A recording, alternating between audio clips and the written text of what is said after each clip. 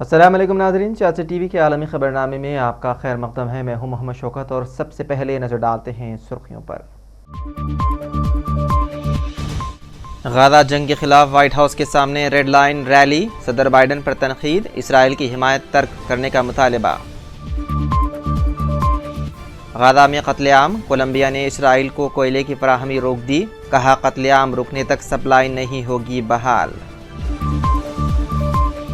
غزہ میں کوئی محفوظ جگہ نہیں رہی، اقوام متحدہ کا بیان، زمین پر کفن میں لپٹی نعشیں دیکھ کر دل تڑپ اٹھتا ہے، مارٹن گریفتس نے کیا غم کا اظہار۔ انڈونیشیا میں خاتون کو ازدے نے نگل لیا، ازدے کے پیٹ سے نعش کو نکالا گیا، علاقے میں خوف کی لہر۔ یورپی پارلیمانی انتخابات کا آخری مرحلہ، سخت گیر جماعتوں کی کامیابی کا امکان۔ اور جنوبی کوریا کا شمالی کورین غباروں کا جواب لاؤڈ اسپیکر نشریات سے دینے کا فیصلہ، کچرے کے انباروں کا ممالک میں تبادلہ تنازع کی شکل اختیار کر گیا۔ تو ناظرین، یہ تھی سرخیاں، اب بڑھتے ہیں خبروں کی تفصیل کی جانب۔ غزہ جنگ کے خلاف ہزاروں کی تعداد میں احتجاج کرنے والے مظاہرین نے وائٹ ہاؤس کے قریب ریڈ لائن کے نام سے ریلی نکالی۔ مظاہرین نے امریکی صدر جو بائیڈن پر غصے کا اظہار کیا اور وہ حماس کے خلاف اسرائیل کی خونی مہم کو برداشت کر رہے ہیں۔ مظاہرین نے ہاتھ میں بینرز اٹھا رکھے تھے جن پر اسرائیلی فوج کے ہاتھوں مارے جانے والے فلسطینیوں کے نام درج تھے۔ وائٹ ہاؤس کے قریب منعقد ہونے والے اس احتجاج میں مظاہرین نے ڈی سی سے فلسطین تک ہم ریڈ لائن ہیں کے نعرے لگائے۔ امریکہ کو اپنے اہم اتحادی ملک اسرائیل کی طرفداری کرنے پر شدید تنقید کا سامنا ہے۔ اقوام متحدہ کے سیکریٹری جنرل کے معاون برائے امور انسانی اور کوارڈینیٹر برائے ہنگامی امداد مارٹن گریفتس نے اجتماعی علائم و مصائب کے خاتمے کی اپیل کی اور کہا کہ اسرائیل کے حالیہ حملوں نے ثابت کر دیا ہے کہ غزہ میں کوئی محفوظ جگہ نہیں رہی۔ کوارڈینیٹر برائے ہنگامی امداد مارٹن گریفتس نے سوشل میڈیا ایکس سے جاری کردہ بیان میں کہا کہ قیدیوں کی رہائی کے لیے کیے گئے اسرائیلی حملوں میں 4 اسرائیلی قیدیوں کی رہائی ہمارے لیے باعث مسرت ہے اور تمام قیدیوں کی رہائی ضروری ہے۔ گریفتس نے آپریشن میں قتل کیے گئے فلسطینیوں کی طرف اشارہ کرتے ہوئے کہا کہ النصیرت مہاجر کیمپ غزہ کے شہریوں کی قیام گاہ ہے اور سسکیوں صدمے کی مرکزی بیس بن چکا ہے۔ زمین پر کفن میں لپٹی نعشیں دیکھ کر احساس ہوتا ہے کہ غزہ میں کوئی بھی جگہ محفوظ نہیں رہی۔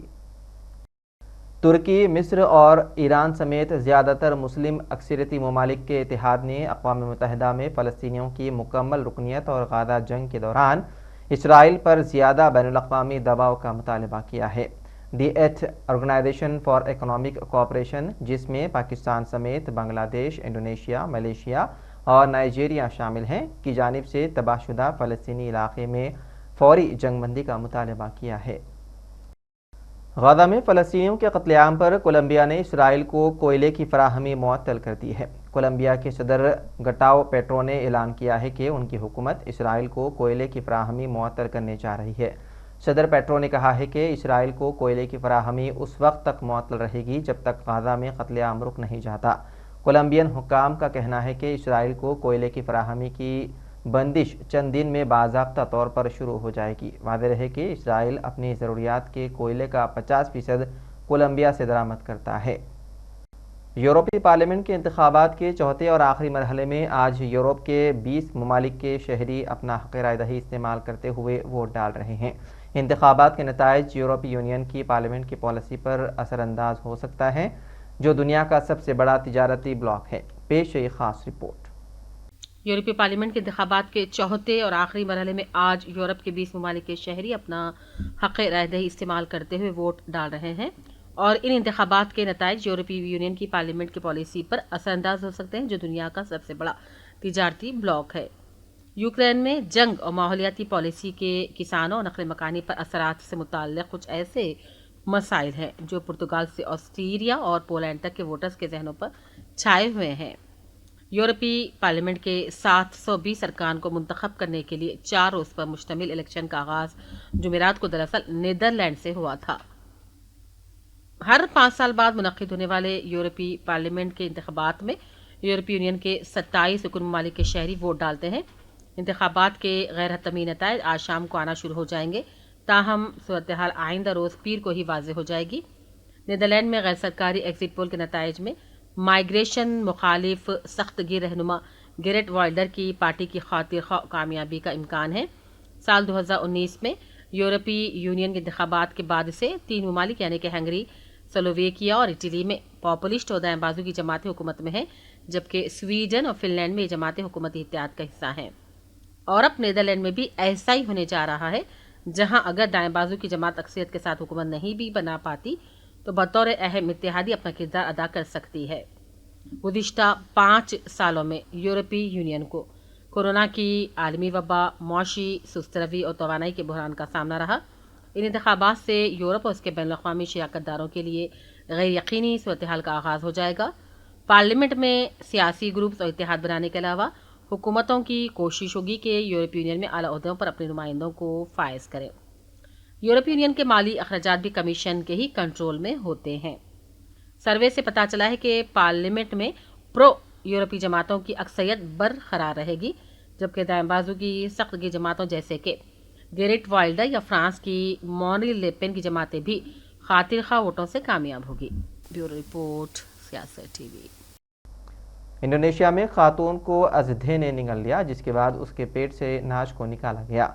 45 साला फरीदा के शोहर और गांव के रिहायशियों ने जुमे को खातून की नाश को अजधे के पेट से निकाला, जिसकी लंबाई तकरीबन 5 मीटर 16 फीट थी। गांव के सरबराह ने कहा कि 4 बच्चों की मां जुमेरात की रात से लापता हो गई थी और घर वापस नहीं आई थी, जिसके बाद उनकी तलाश शुरू की गई।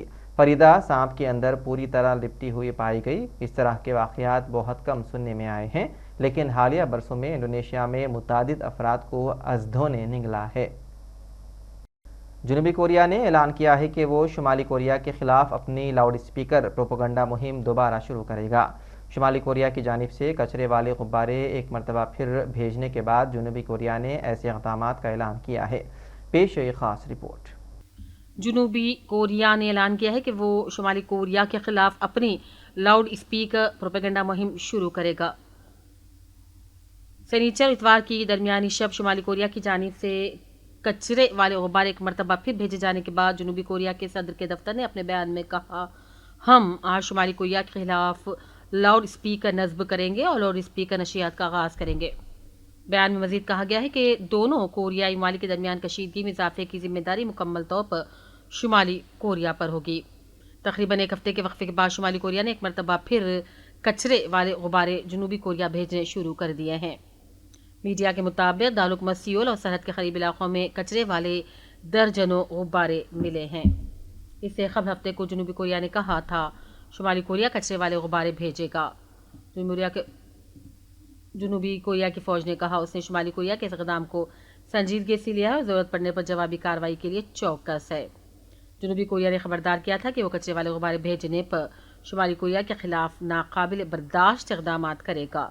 मुबस्सिरीन के मुताबिक जनूबी कोरिया मुमकिन तौर पर शुमाली कोरिया में फ्रंटलाइन लाउड स्पीकर की नशरियात दोबारा शुरू कर देगा, जिसमें इंसानी हक़ूक़ की अबतर सूरत हाल, आलमी खबरें और पॉप गाने शामिल रहेंगे।